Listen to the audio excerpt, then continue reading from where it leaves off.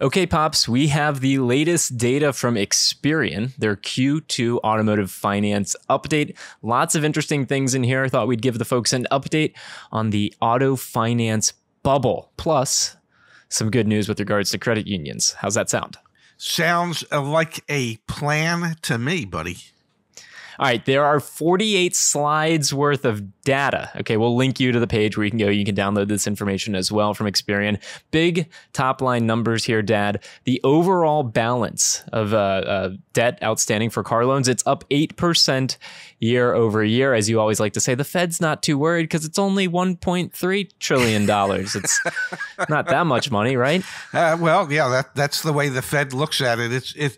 It for you and I, it seems like it's all the money in the world. To the Fed, it's not that big a deal. But the surprising thing is how much of an increase in outstanding balances there have been year over year. And I think the reason for that, obviously, is the price of used cars are still extremely high.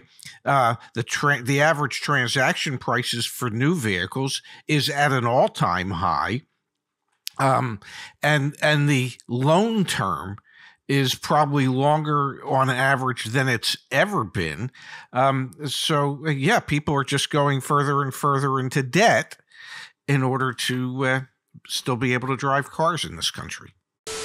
So you're thinking about selling your car. Go to joinyaa.com/sell and just enter the information once and get all the offers in one place. It's just that simple.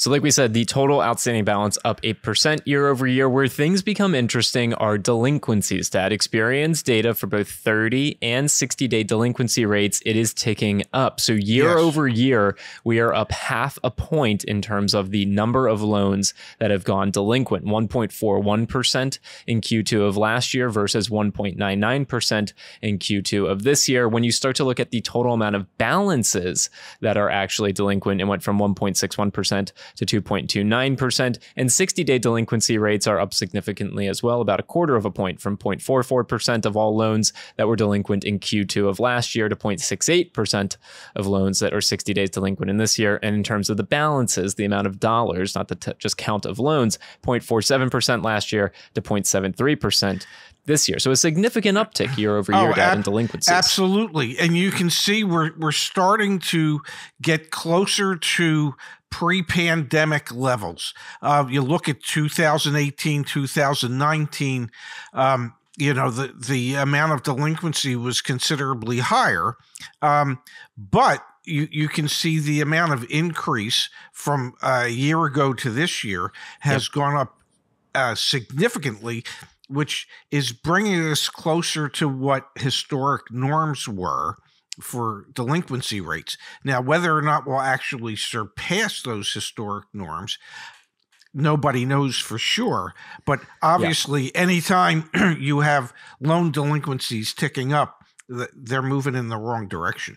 Yeah, and to be very clear here, that's a significant jump. I know we've just got the 5-year view, but that's a significant jump year over year. Now, Experian has some really interesting data that we haven't seen before, which is 60-day delinquencies broken down by type of vehicle and also like car versus truck versus SUV, things like that. Dad, most of the delinquencies that we're seeing are on used cars. The 60-day delinquency rate for a new vehicle is 0.42%. For a used vehicle, it's 1%. 1% of used vehicles out there on the road are over 60 days delinquent. Now, when it comes to the type of dealership that the vehicle was bought at, independent, Dad, if you bought a dealership at not a franchise dealership, not a Honda dealership, not a Toyota dealership, not a Mercedes-Benz dealership, whatever it is, an independent dealer, 1.55% of those vehicles, which would be a used vehicle, are currently 60 days delinquent. The disparity here is huge. Let's not forget that your independent used car dealers typically appeal to a slightly different demographic than a franchise dealership does. So that's not necessarily surprising, but the degree to which it's almost a point difference, 1% difference, that aspect of it is surprising. And my suspicion would be is that even the independent dealers have had to pay an arm and a leg for their used car inventory, which means they're charging those customers that can afford it the least an arm and a leg to be able to buy that inventory. And those people who are on the edge before they even get into that vehicle find themselves further on the edge and find it more difficult to continue making their payments in a timely fashion. Now, in terms of the type of vehicle, not new or used, but is it a car? Is it a truck? Is it an SUV? Is it a van? Dad, delinquency rates are the highest by and large for cars. 1.16% of cars, both new and used, are currently 60 days delinquent compared to 0.58% for SUVs and wagons, 0.52% for trucks, and 0.61% for vans. The way I interpret this data, Dad, is that we've expected for a while that there will be an influx of repossessed vehicles that flood the used car market.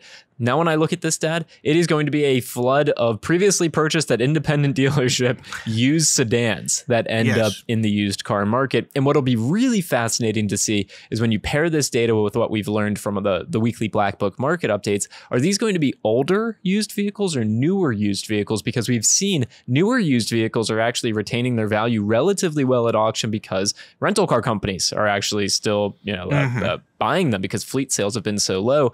But I would imagine that older repossessed sedans, I'm not necessarily advocating that people should be going out and buying older repossessed sedans, but those might be the ones where we see prices drop most precipitously because there will be an influx of supply based on the data we're seeing here from delinquencies, from experience. And absolutely, because those once again are the people that have the most difficulty in qualifying for loans, that are buying those vehicles and then are finding themselves stretched way too thin when it comes to being able to pay for them. And the vast majority bought those vehicles at an independent lot, and typically independent lots are trying to sell slightly less expensive, older, pre-owned cars. That's typically their market.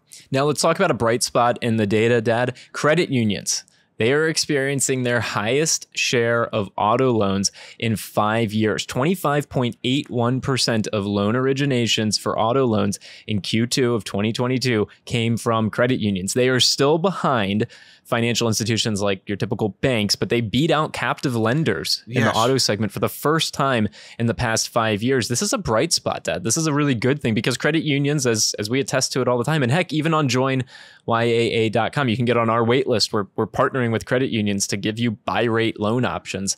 I mean, credit unions are a great option to get a fair rate in today's market. Well, and credit unions serve a different purpose.